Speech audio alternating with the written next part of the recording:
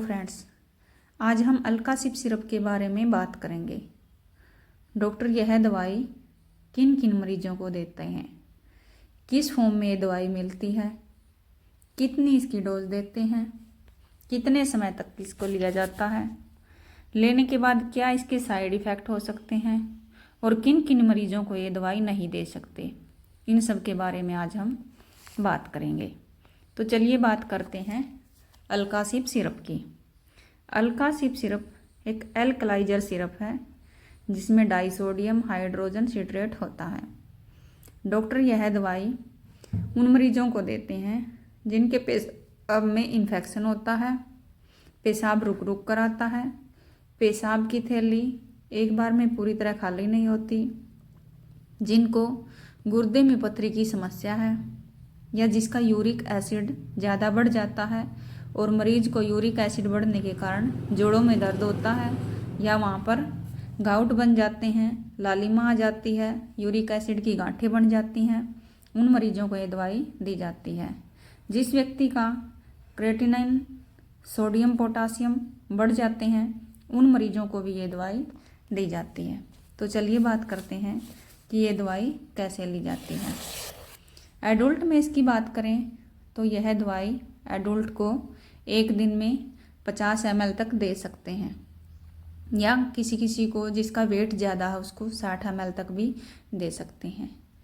एक गिलास पानी में 15 या 20 ml दवाई मिलाकर मरीज को एक बार में ही दी जाती है और इसी प्रकार सुबह, दोपहर और शाम को खाना खाने के बाद ये दवाई मरीज को दी जाती है। अगर बात करें छोटे बच्चों की तो ज़्यादा छोटे बच्चों को ये दवाई नहीं दे सकते। जो 5 साल से ऊपर के बच्चे हैं उनको ये दवाई दी जाती है। जो ज़्यादा ही छोटा है, जैसे 5 से 6 या 7 साल का बच्चा है, उसको एक बार में 3 या 4 ml तक दे सकते हैं। दिन में 12 ml तक ये दवाई उस बच्चे को दे सकते हैं। और जो 14 या 15 साल तक के बच्चे हैं उनको एक दिन में 15 ml तक ये दवाई दी जाती है। जैसे कि 1 कप पानी लिया और उसमें 5 ml दवाई मिलाई और बच्चे को खाना खाने के बाद दे दी। तो ये दवाई आराम कैसे करती है? जब मरीज ये दवाई लेता है तो इस दवाई को लेने के बाद मरीज को बार बार पेशाब आता है, जिससे जो किडनी की पथरी है वो कट के निकल जाती है। पेशाब में जो पस सेल बढ़े हुए हैं या प्रोटीन बढ़ा हुआ है, पेशाब के जरिए वो बाहर निकल जाता है। मरीज बार बार पेशाब करता है तो बॉडी डिटॉक्स हो जाती है और जो बॉडी में यूरिक एसिड की मात्रा या पोटासियम, क्रेटिनिन की मात्रा बढ़ी हुई है तो वो कम हो जाती है।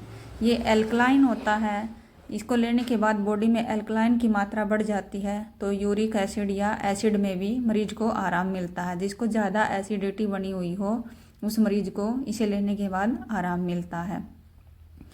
बात करें अगर इसके साइड इफ़ेक्ट की तो कुछ इसके साइड इफ़ेक्ट हैं जो मरीज को हो सकते हैं।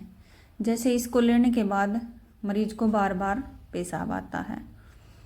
किसी मरीज का अगर बीपी थोड़ा सा लो रहता है तो उसका बीपी और ज़्यादा लो हो सकता है, क्योंकि बार बार पेशाब आने के कारण मरीज में पानी की कमी भी हो सकती है। तो ध्यान रखें कि जिस मरीज का बीपी लो है उसे ये दवाई ना दें।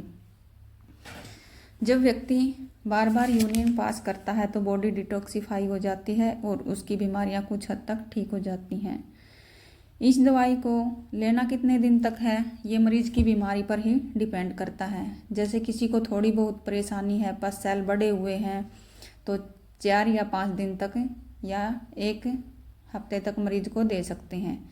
किसी मरीज को अगर लंबे समय से यह बीमारी है, पेशाब में इन्फेक्शन है या यूरिक एसिड की मात्रा बॉडी में ज़्यादा बढ़ी हुई है, तो उसे लंबे समय तक भी ये दवाई दे सकते हैं।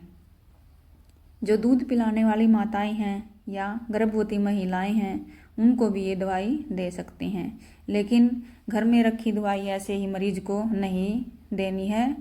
डॉक्टर की सलाह से ही ये दवाई गर्भवती महिला और दूध पिलाने वाली माताओं को देनी है, ताकि डॉक्टर मरीज की हिस्ट्री जान सके और उसे किसी प्रकार की परेशानी का सामना ना करना पड़े। अब करते हैं बात इसके साइड इफ़ेक्ट की कि इस दवाई को लेने के बाद और क्या क्या साइड इफ़ेक्ट मरीज को हो सकते हैं। जैसे इस दवाई को लेने से मरीज को बार बार पेशाब आता है, तो बीपी लो की समस्या हो सकती है। किसी किसी मरीज को उल्टी जैसा मन हो सकता है, किसी को हल्का फुल्का पेट में दर्द हो सकता है, और किसी किसी मरीज को इस दवाई को लेने से गले में थोड़ी सी खारिश हो सकती है या गले में परेशानी हो सकती है। जैसे ही मरीज ये दवाई बंद करेगा, ये सारी परेशानियां तुरंत ठीक हो जाएंगी। ये ऐसी परेशानियां नहीं हैं जो दवाई को बंद करने के बाद भी लंबे समय तक मरीज को हों। तो इस दवाई को लेने में कोई घबराने वाली बात नहीं है और ना ही इसके ज़्यादा कोई बड़े साइड इफ़ेक्ट हैं। इस दवाई को मरीज आसानी से ले सकता है। लेकिन दोबारा मैं फिर से यही कह रही हूँ कि अपने आप से ये दवाई ना लें, डॉक्टर की सलाह से ही लें।